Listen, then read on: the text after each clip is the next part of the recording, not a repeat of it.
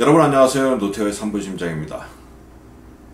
지금 이제 여러분에 걸쳐서 심방세동과 관련된 이야기를 하고 있습니다. 말씀드리는 내용은 이미 글로벌 가이드라인에서도 밝혀져 있는 내용이지만 특히 이번에는 NICE라고 하는 그 영국의 복지부 비슷한 건강 관련된 그 기관에서 마련한 그 책자를 중심으로 해서 여러분께 소개를 해드리고 있고요. 오늘 특히 말씀드리려고 하는 것은 심방세동의 뇌졸중 예방에서 일반적으로 뇌졸중을 예방하기 위해서 우리가 사용하고 있는 것은 약물치료입니다. 약물치료에서도 이제 노악이라고 해서 이제 아마 심방세동이 있고 고위험군 있는 분들은 대개 이 약을 들고 계실 거예요. 노악이라고 하는 약이거나 아니면은 비타민 K 기량제라고 하는 와파린이라고 하는 약을 갖다 거의 대부분 들고 계시는데, 이 어떤 경우에는 그 출혈 위험성이 너무 크기 때문에 그 약의 효과가 좋음을 알고 있음에도 불구하고 출혈이 너무 심해서 약을 사용하지 못하는 경우가 있어요.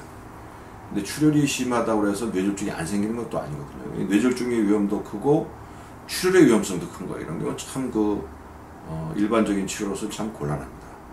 그래서 이런 경우에는 어떠한 방법을 동원하냐 하면은 그 뇌졸중이 생기는 그 혈전이 발생하는 부위가 좌심방이에요. 좌심방에서도 좌심방 2라고 해서 좌심방의 끄트머리가 이렇게 볼록 좀 튀어나온 부분이 있어요. 그쪽은 이제 혈류가 충분히 잘 가지 않고 일종의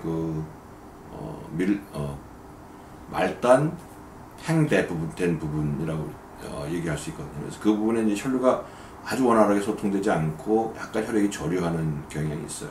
근데 심방세동이 생기게 되면 심방이 정상적인 수축기관이 안 되기 때문에 그렇지 않아도 혈액이 저류가 생기는데, 그 심방2라고 하는 데는 그런 현상이 더 심한 거죠. 그래서 일반적으로 그 심방세동에서 뇌졸중이 생기는 그 혈전이 발생하는 가장 흔한 부위가 바로 심방2예요.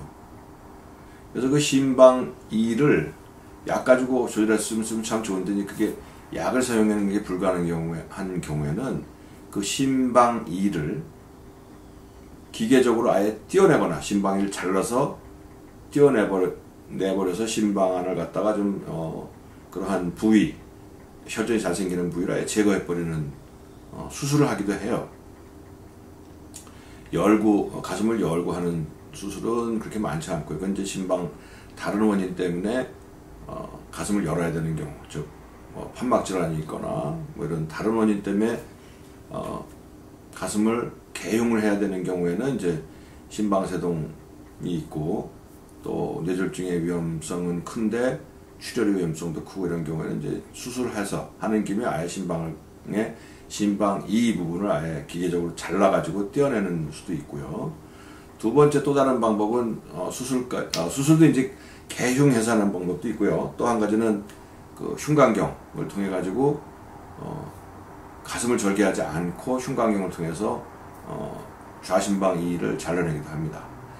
근데 이제 그것도 좀 어려운 일이고 한 경우에는 최근에 나와 있는 게 이제 좌심방 2 폐색술이라고 하는 게 있어요. 그건 뭐냐면은 좌심방 2라고 하는 게 이제 약간 좌심방에서 이렇게 이제 볼록하게 튀어나와 있는 부분이니까, 그 부분에 아주 쉽게 말씀드리면은 그 부분에다가 마개를 집어넣는 거예요. 입구를 갖다가 마개를 집어넣어서 마개를 거기다 막아놓게 되면은 시간이 가게 되면 좌심방 2 부분이 이제 쪼그라들고 퇴행해서 아예 섬유화되면서 이제 없어버리는 거죠. 그러면은 그 뇌졸중의 원인이 되는 혈전이 발생하는 장소를 좀 근원적으로 차단할 수 있는, 제거할 수 있는 그러한 방법이 있어요. 그래서 그걸 좌심방 2 폐색술, LAAO, Left Atrial Appendage Occlusion 이라고 하는 방법이 있습니다. 근데 이거는 이제 어떤 경우에 하냐면, 아까 말씀드린 대로 그 심방세동에서 뇌졸중을 예방하는 약, 항응고제죠. 항응고제를 복용하기 어려운 경우, 복용하기 어렵고 그러면서 또 출혈 위험성은 큰 경우에, 이런 경우에 이제 하게 됩니다. 이런 경우에는 이 시술 자체가 비교적 많이 해서 지금 상당히 셋업된 상태긴 하지만 어쨌든 시술인 것 자체가 위험성도 있고 하기 때문에 장단점 이 시술을 통해서 얻을 수 있는 점과 이 시술의 합병증이든지 또 개인의 희망사항 여러 가지를 갖다 감안해서 하는 게 좋겠다 하는 그런 내용이고요. 여기 이제 중요한 점 한 가지는 이 본인이 이 항응고제를 먹기 싫기 때문에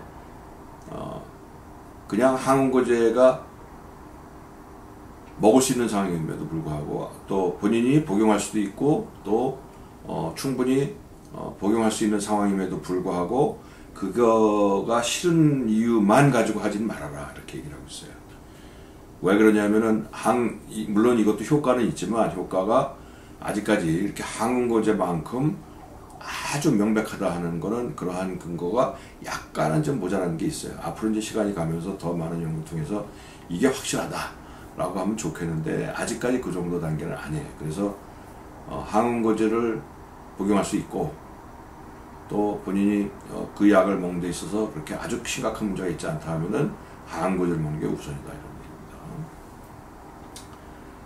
얘기입니다. 그 다음에 또 한 가지는 이제 이 시술이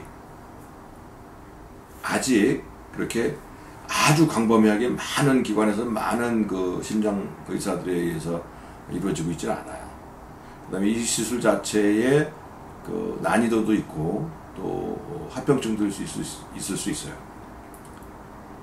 아주 쉽게 말씀드리면 그걸 이제 그 좌심방의 입구에다가 이렇게 마개를 집어넣는 거거든요. 마개를 집어넣으려면은 좌심방으로 들어가야 돼요. 좌심방으로 들어가려면은 우심방으로 기계가 들어가서 기계라고 할 건 있죠. 우심방으로 들어가서 우심방에서 우심방과 좌심방을 나눠주는 심방 중격을 뚫고 들어갑니다. 심방 중격을 뚫고 들어가서 좌심방 2를 찾아서 좌심방 2 입구에다가 그 마개를 갖다가 막아주는 거거든요. 그래서 그런 과정이 아주 간단한 과정은 아니에요. 그래서 그것과 관련된 합병증이 생길 수도 있고 또 거기에는 의사의 시술 경력 또 시술 도중에 문제가 발생할 수 있거든요. 그래서 그런 경우에 문제가 발생했을 때 즉각 조치할 수 있는 즉 심각한 문제가 발생하면 즉각 가슴을 열고 들어가서 그걸 해결해야 되는 문제가 있을 수 있거든요. 그래서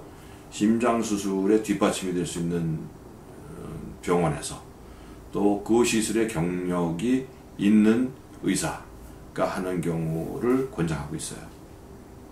그래서 이런 것들은 그런 걸 갖다가 충분히 감안해서 할 필요가 있다 하는 내용이고요.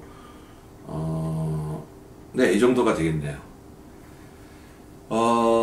오늘 말씀드린 내용은 심방세동의 뇌졸중 예방 치료에 있어서 항응고제를 복용 못하는 경우에 어떻게 할 것인가. 이때 우리가 대안으로 제시할 수 있는 게 LAAO 좌심방이 폐색술 Left Atrial Occlusion Device LAAO 좌심방이 폐색술에 대해서 여러분들께 간략하게 소개해드렸습니다. 아직까지 노태우의 3분 심장입니다. 여러분 감사합니다.